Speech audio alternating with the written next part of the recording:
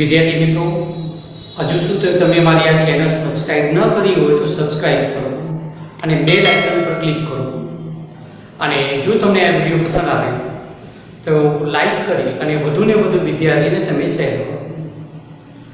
આજે આપણે એક નવો પાઠ ચલાવવાનો છે, સમતલમાં ગતિ, લેસન નંબર 4. ખૂબ મહત્વનો પાઠ છે. કોમ્પિટિશન એક્ઝામની અંદર પણ આ મિકેનિક્સનો જે પાઠ છે એ મહત્વનો છે. તમે ત્રીજા નંબરનો પાઠ શીખ્યા છો જે એક પરિમાણમાં ગતિ હતી. આ પાઠ પણ ગતિનો છે, પણ સમતલમાં ગતિ. તો એક પરિમાણમાં ગતિ અને સમતલમાં ગતિ કોને કહેવાય એ આપણે સમજીશું. પછી આના માટે શાની જરૂરિયાત પડે એવું સદિશ, અદિશ એની વિચારધારાની પણ આપણે ચર્ચા કરીશું. તો એક પરિમાણવાળી ગતિ, એક પરિમાણવાળી ગતિ, માનો કે આ સુરેખ માર્ગ છે અને એક કીડી આના પર ગતિ કરે છે અને ધારો કે આ એ સ્થાન પહેલું અને આ ધારો કે બી પહેલું. તો આ કીડીનું સ્થાન નક્કી કરવા માટે માનો કે આપણે A થી નક્કી કરીએ છીએ તો આટલેથી આટલું અંતર જાણવું પડે. માનો કે 3 હોય તો A નું સ્થાન એટલે આ કીડીનું સ્થાન કયું થયું? 3. આમ કીડીનું સ્થાન નક્કી કરવા માટે કોઈ એક જ પદની જરૂર પડી, A થી 3. આને એક પરિમાણ કહેવાય અને એક જ યામથી આપણે એનું સ્થાન નક્કી કરી શકીએ અને સમય સાથે સ્થાનમાં ફેરફાર થાય એ પ્રમાણે કીડીની ગતિનો અભ્યાસ થાય. જ્યારે આપણે આ પાઠ શીખતા માનો કે આ દિશાને ધન લો અને આ દિશાને ઋણ લો, તો કીડી આમ ગતિ કરતી હોય તો એનો વેગ કેવો લેવાનો? ધન. અને વિરુદ્ધ દિશામાં ગતિ કરતી હોય તો ઋણ. તેથી ત્યાં એક જ પરિમાણવાળી ગતિમાં કોઈ એક દિશાને ધન ધારો, એનાથી વિરુદ્ધ દિશાને ઋણ લો. આ રીતે ચર્ચા ચાલતી. કોઈ બલૂન હોય, એમાં પથ્થર મૂકેલો હોય અને આ પથ્થર નીચે પડે તો પથ્થરનું સ્થાનાંતર આ દિશાને આપણે ધન ધારીએ તો આ દિશા ધન થઈ, સ્થાનાંતર ધન. પણ આ પથ્થર બલૂનમાં હતો તેથી બલૂન ઉપર જતું, તેથી પથ્થરનો પ્રારંભિક વેગ ઉપર તરફ, તેથી આ દિશા આપણે કેવી લીધી? ઋણ. એનાથી વિરુદ્ધ લીધું હોય તો પણ ચાલે.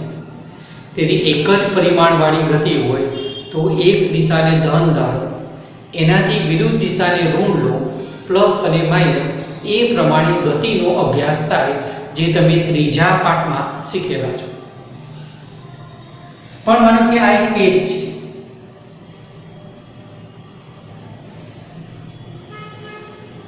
અને માનો કે આ કોઈ કણ છે, કોઈ પદાર્થ છે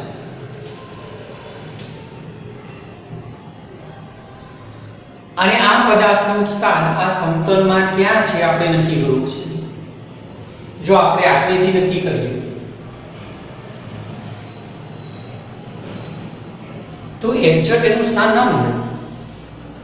તેથી આ પદાર્થ કે કણનું સ્થાન અહીંયાથી નક્કી કરવું પડે, અહીંયાથી પણ નક્કી કરવું પડે, તો જ નક્કી થાય. એટલા માટે આવા પદાર્થના યામ સ્થાન નક્કી કરવા માટે બે વસ્તુ જોઈએ. આટલેથી આટલું અંતર, આટલેથી આટલું અંતર. આ અંતરને એનો x યામ કહેવાય, આ અંતરને એનો y યામ કહેવાય. આમ પદાર્થ કે કણનું સ્થાન નક્કી કરવા માટે બે પદ જોઈએ, x અને y. તેથી આવી ગતિ, અને જો પદાર્થ ગતિ કરતો હોય તો આવી ગતિને સમતલની ગતિ કહેવાય. આ પાઠમાં આપણે ગતિનો જ અભ્યાસ કરવાનો છે, પણ કેટલા પરિમાણમાં? 2 પરિમાણમાં. આને x અક્ષ, આને y અક્ષ કહીએ. તો આ પદાર્થની ગતિ નક્કી કરવા માટે x અને y કોઈ બે યામની જરૂર પડે. કોઈ કેરમ બોર્ડ હોય, એની કુકડી હોય તો આ x અક્ષ અને y અક્ષ કહીએ. કેરમની જે સપાટી છે ને x અને y કહીએ, y અને z કહો તો ચાલે. અને કેરમની કુકડી આ રીતે ગતિ કરે છે તો આ કેરમની કુકડીના x અને y બંને યામ બદલાય.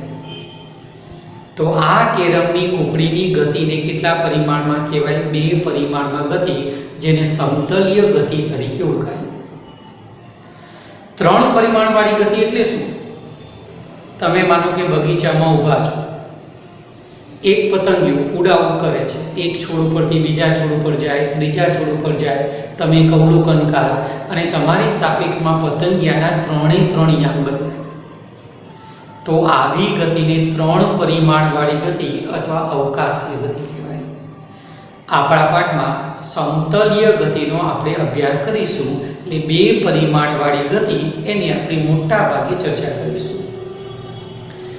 જ્યારે 2 પરિમાણવાળી ગતિ ત્યારે હંમેશા સદિશની વિચારધારા લેવી પડે, એના સિવાય ના ચાલે.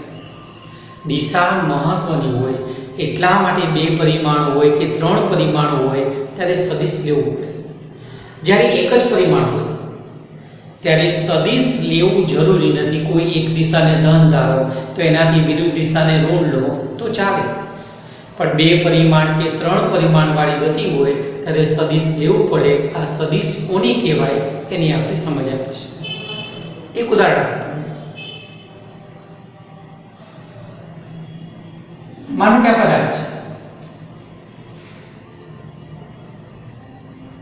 એના પર 2 વ્યક્તિ, માનો કે ચંદુ અને મંદુ, બળ લગાડે છે. આ ચંદુ છે અને આ મંદુ છે. 5 ન્યૂટન બળ અને આ 5 ન્યૂટન. તો બોલો આ પદાર્થ પર કેટલું બળ લાગશે? તમે તરત કહેશો કે 5 + 5 = 10. પણ આ મંદુ આમ બળ લગાડતું હતું,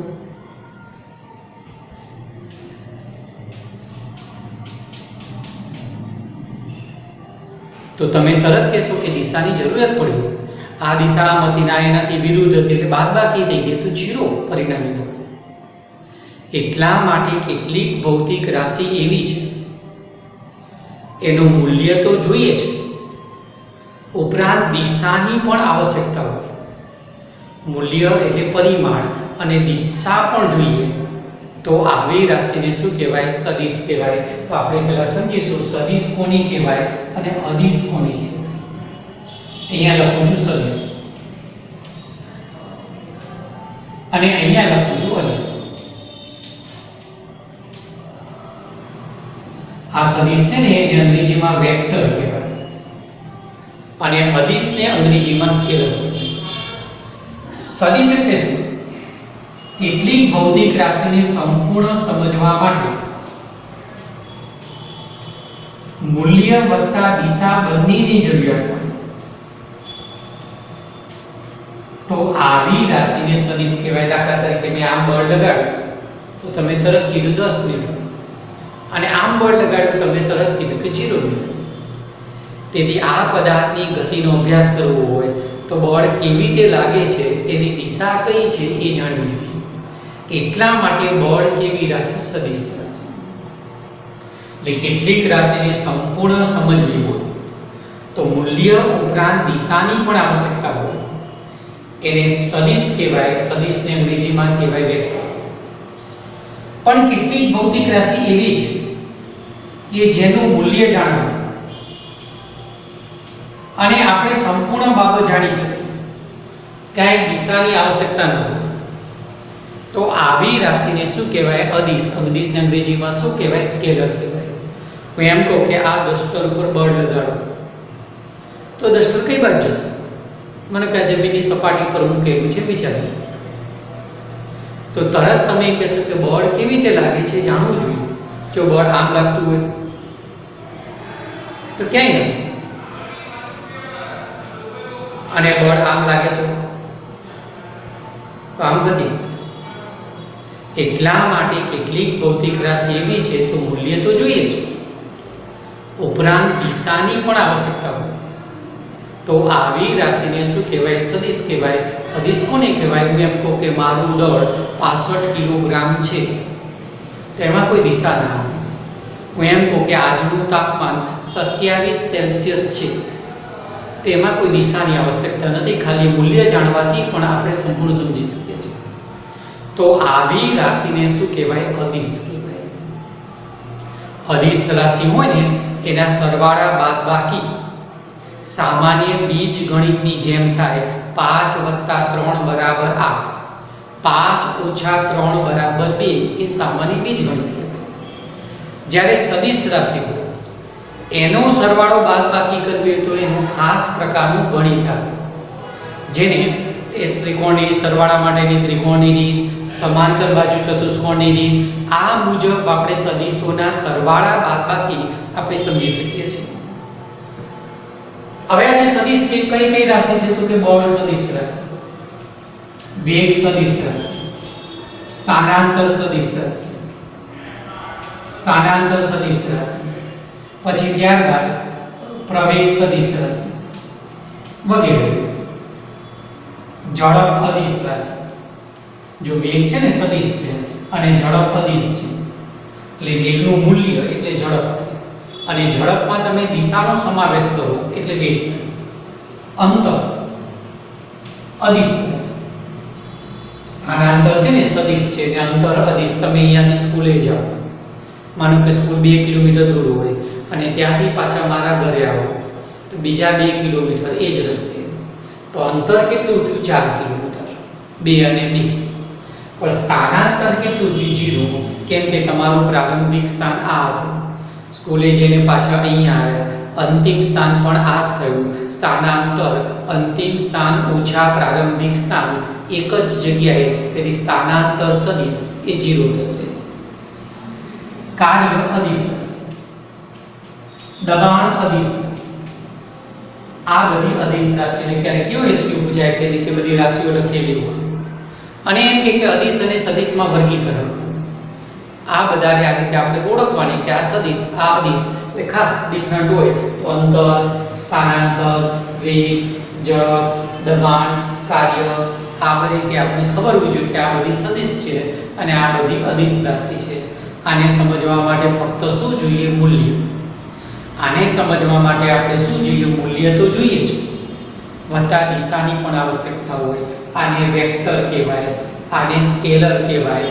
આના સરવાળા બાદબાકી સામાન્ય બીજગણિતની જેમ થાય. આના સરવાળા બાદબાકી માટે સદિશોનું ખાસ ગણિત આવે. એમાં સરવાળા માટેની રીત ત્રિકોણની રીત અથવા આલેખની રીત તરીકે ઓળખાય છે. આ સદિશોને કેવી રીતે દર્શાવાય? દાખલા તરીકે a સદિશ છે તો એને કેવી રીતે લખાય? આ રીતે a ઉપરથી. આને બોલાય આ રીતે સદિશ e, અથવા આને લખવાની બીજી રીત આવી છે a અને બોલ્ડ અક્ષર. પણ ક્યારે આપણે આ રીત પાડવાની પુસ્તકની અંદર છે ને એ બોલ્ડ અક્ષર કરાવ્યો તો સદિશ સમજવાનું, ડાર્ક અક્ષર ઘાટા અક્ષર. પણ આપણે હંમેશા લખવાનું આ રીતે સદિશ હોય તો એના માથા ઉપર તીર કરવાનું. આમ લખેલું હોય તો શું સમજાય? સદિશ b. આમ લખેલું હોય તો સદિશ c, સદિશ e. આ જે સદિશ છે એની જે લંબાઈ છે એ લંબાઈ મૂલ્યની અનુરૂપ અને આ તીર છે એ દિશા બતાવે. આ જે સદિશનું મૂલ્ય કેવી રીતે બતાવાય? તો સદિશનું મૂલ્ય આમ બતાવાય, માનાંક કરાય. માનાંકમાં એ સદિશ લખ્યું હોય ને તો મૂલ્ય, અને આ મૂલ્ય લંબાઈને અનુરૂપ એટલે આ મૂલ્ય હોય ને એ પ્રમાણે આ લંબાઈ હોય. અને આને ખાલી આમ સામાન્ય એ લખવું તો પણ ચાલે. એમ b નું મૂલ્ય લખવું હોય તો માનાંકમાં b સદિશ, c નું મૂલ્ય લખવું હોય તો માનાંકમાં c સદિશ, એમ e સદિશ. આ લંબાઈ મૂલ્યને અનુરૂપ એનો અર્થ કેવો થાય? દાખલા તરીકે આ આલેખ પત્ર છે.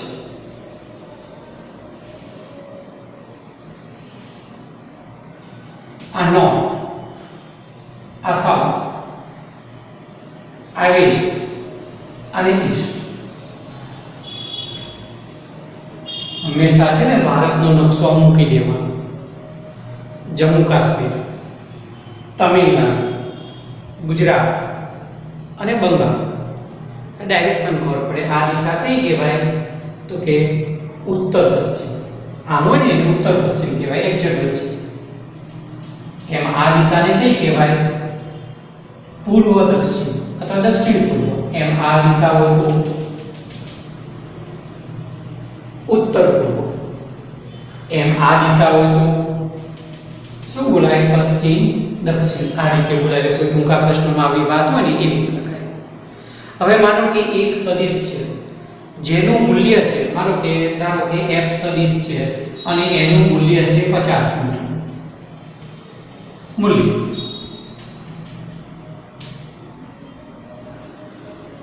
અને એની દિશા છે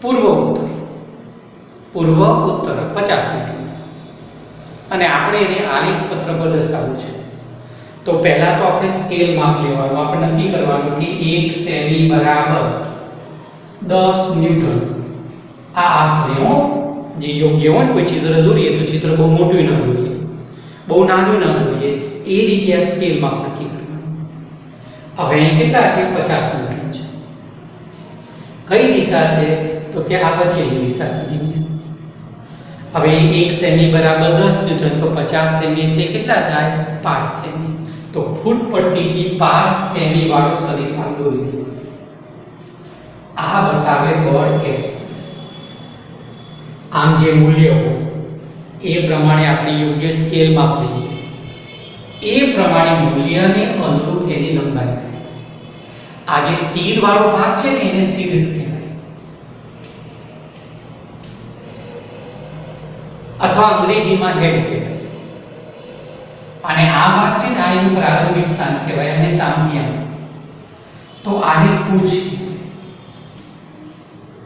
અને અંગ્રેજીમાં કહેવાય અને ટેલ કહેવાય આ પૂછ ટેલ આ શીશ અથવા હેડ લંબાઈ મૂલ્યને અનુરૂપ હોય વધારે લાંબુ માનો કે આ A સદિશ છે અને આ B સદિશ છે તો આપણે તરત કહીએ કે B સદિશનું મૂલ્ય A સદિશના મૂલ્ય કરતાં કેવું વધારે છે કેમ કે આની લંબાઈ બે વધારે જરૂરી છે સાપેક્ષમાં આની લંબાઈ ઓછી છે લંબાઈ મૂલ્યને અનુરૂપ હોય તેથી B સદિશનું મૂલ્ય એ માનાંકમાં B સદિશ ગ્રેટર ધેન માનાંકમાં A સદિશ થાય સદિશ A અથવા આ બોલ્ડ અક્ષરે લખાય ડાર્ક અક્ષરે અને આને શીર્ષ કહેવાય આને પૂછ કહેવાય લંબાઈ મૂલ્ય પ્રમાણે કોઈ પણ આલેખ પત્ર હોય ને આ રીતે સ્કેલ માપ લઈ અને તીર દિશા બતાવે આ લંબાઈ યોગ્ય સ્કેલ માપ લઈ અને લંબાઈ બતાવવી પડે એમ વધારે સદિશ હોય તો આગળ જતા શીખશો કે આના શીર્ષમાંથી બીજું ત્રીજું પછી બધાનું શું બતાવે સરવાળો બતાવી શકાય આ પ્રકારની રીતોની પણ આપણે ચર્ચા કરીશું કેટલીક વ્યાખ્યાઓ છે જે આપણે જે બેઝિક નોલેજ હોય એમાં આપણને બહુ જરૂરી પડે સમાન સદિશ આને સમાન સદિશ કહેવાય બે સદિશનું મૂલ્ય અને દિશા મૂલ્ય સમાન અને દિશા એક જ હોય તીર એક દિશામાં છે જો લંબાઈ પણ બંનેની કેવી છે સરખી છે તો આવા સદિશને શું કહેવાય સમાન સદિશ એટલે મૂલ્ય સરખું હોય દિશા એક જ હોય તો આવા સદિશને સમાન સદિશ કહેવાય A સદિશ બરાબર B સદિશ જો આ રીતે હોય માનો કે A સદિશ આમ હોય એટલી લંબાઈ વાળો B સદિશ આમ હોય ભલે બંનેનું મૂલ્ય સરખું છે પણ દિશા એક નથી તો આને સમાન સદિશ તરીકે ઓળખાય નહીં સમાન સદિશનો અર્થ જ એવો થાય કે મૂલ્ય અને દિશા એક જ કોઈ જગ્યાએ એવું લખ્યું હોય A સદિશ બરાબર B સદિશ તો આપણે અર્થ કાઢવાનો કે મૂલ્ય સરખું દિશા એક જ સમાન સદિશ પણ જો આમ હોય આ A અને B મૂલ્ય સરખું છે પણ દિશા પરસ્પર વિરુદ્ધ છે તો આવા સદિશની વિરોધી સદિશ તરીકે ઓળખાય પ્રતિ સમાંતર વિરોધી સદિશ કહેવાય આને આ રીતે લખી શકાય A સદિશ બરાબર -B સદિશ આ થાય વિરોધી ઋણ નિશાની શું બતાવે કે બંનેની દિશા પરસ્પર કેવી વિરુદ્ધ કોઈ જગ્યાએ આવું લખ્યું V1 બરાબર -V તો તમે તરત અર્થ કાઢો કે પદાર્થ નંબર 1 જે દિશામાં જતો હશે એના કરતાં વિરુદ્ધ દિશામાં એટલા જ મૂલ્યથી બીજો પદાર્થ જતો હશે આની દિશા ઉત્તર હોય તો આની દિશા તો એ દક્ષિણ હોય, પ્રતિ સમાંતર વિરોધી સદિશ. સ્થાન અને સ્થાનાંતર સદિશ કોની કહેવાય? માનો કે આ પદાર્થનું ગતિમાર્ગ છે 2 પરિમાણમાં માની લો, અને પદાર્થ અહીંયા છે p, અને t વત્તા ડેલ્ટા t સમય q ઉપર આવે છે, અને આ નિશ્ચિત બિંદુ o લો, o થી p નું સ્થાન દર્શાવતો સદિશ એને સ્થાન સદિશ કહેવાય. એમ q નું સ્થાન દર્શાવતો સદિશ એને સ્થાન સદિશ કહેવાય. કોઈ નિશ્ચિત બિંદુથી કે ઉગમ બિંદુથી કણ કે પદાર્થનું સ્થાન દર્શાવતા સદિશને સ્થાન સદિશ કહેવાય. બસ સ્ટેશનથી મારું ઘર ક્યાં? બસ સ્ટેશનથી આ x નામના વિદ્યાર્થીનું ક્યાં? આ y નામના વિદ્યાર્થીનું ક્યાં? તો બસ સ્ટેન્ડ ઉગમ બિંદુ, ત્યાંથી મારા ઘરનું સ્થાન દર્શાવતો સદિશ. એમ ax નામના વિદ્યાર્થીનું ઘરનું સ્થાન દર્શાવતો સદિશ. આમ નિશ્ચિત બિંદુ ઉગમ બિંદુથી કણ કે પદાર્થનું સ્થાન દર્શાવતા સદિશને શું કહેવાય? સ્થાન સદિશ. r સદિશ તરીકે આપણે ઓળખીએ. OP સદિશ બરાબર r1 સદિશ, એમ OQ સદિશ બરાબર r2 સદિશ. હવે t સમય પદાર્થ અહીંયા છે, t વત્તા ડેલ્ટા t સમય અહીંયા છે, તો આટલેથી આટલું સ્થાન હોય ને r2 r1 r1 સ્થાનમાં થતો ફેરફાર એને કહેવાય સ્થાનાંતર સદિશ તરીકે ઓળખાય. અંતિમ સ્થાન ઓછા પ્રારંભિક સ્થાન દર્શાવતો સદિશ સ્થાનાંતર સદિશ. માનો કે આને ડેલ્ટા r કહેવું, તો ડેલ્ટા r સદિશ સ્થાનાંતર સદિશ. એ સાચો ગતિમાર્ગ હોય પણ કરો, ના પણ હોય. સુરેખ માર્ગ હોય ને તો સ્થાનાંતરનું મૂલ્ય અને સાચો ગતિપથની લંબાઈ સરખી હોય, અને મોટા ભાગે સ્થાનાંતરનું મૂલ્ય પથ લંબાઈ કરતાં કેવું? નાનું હોય અથવા ઇક્વલ ક્યારે હોય? સુરેખ માર્ગ હોય ત્યારે. નિશ્ચિત બિંદુ આ ઉગમ બિંદુ લીધું, ત્યાંથી p કણનું સ્થાન આ દર્શાવતો સદિશ r1, આ r. આમ કોઈ એક ચોક્કસ બિંદુ ત્યાંથી જ આપણે આ બધા સદિશો જોઈએ. કોઈ નિશ્ચિત બિંદુથી જ બધાનું નિશ્ચિત બિંદુ કેવું? એક જ. પ્રારંભ બિંદુ બધાનું કેવું? એક જ. તો આવા સદિશને શું કહેવાય? નિશ્ચિત સદિશ કહેવાય. અને પ્રારંભિક બિંદુ અલગ અલગ હોય. માનો કે કોઈ કણ સુરેખ માર્ગે ગતિ કરતો, આ એનો વેગ દર્શાવતો સદિશ v1, આ v2, આ v3. તો આ બધાનું પ્રારંભિક બિંદુ બધાનું કેવું? જુદું જુદું છે. કોઈ એક જ બિંદુ નથી, અલગ અલગ છે. તો આવા સદિશને શું કહેવાય? મુક્ત સદિશ તરીકે ઓળખાય. આ ખાલી સમજવા માટેની બધી વ્યાખ્યાઓ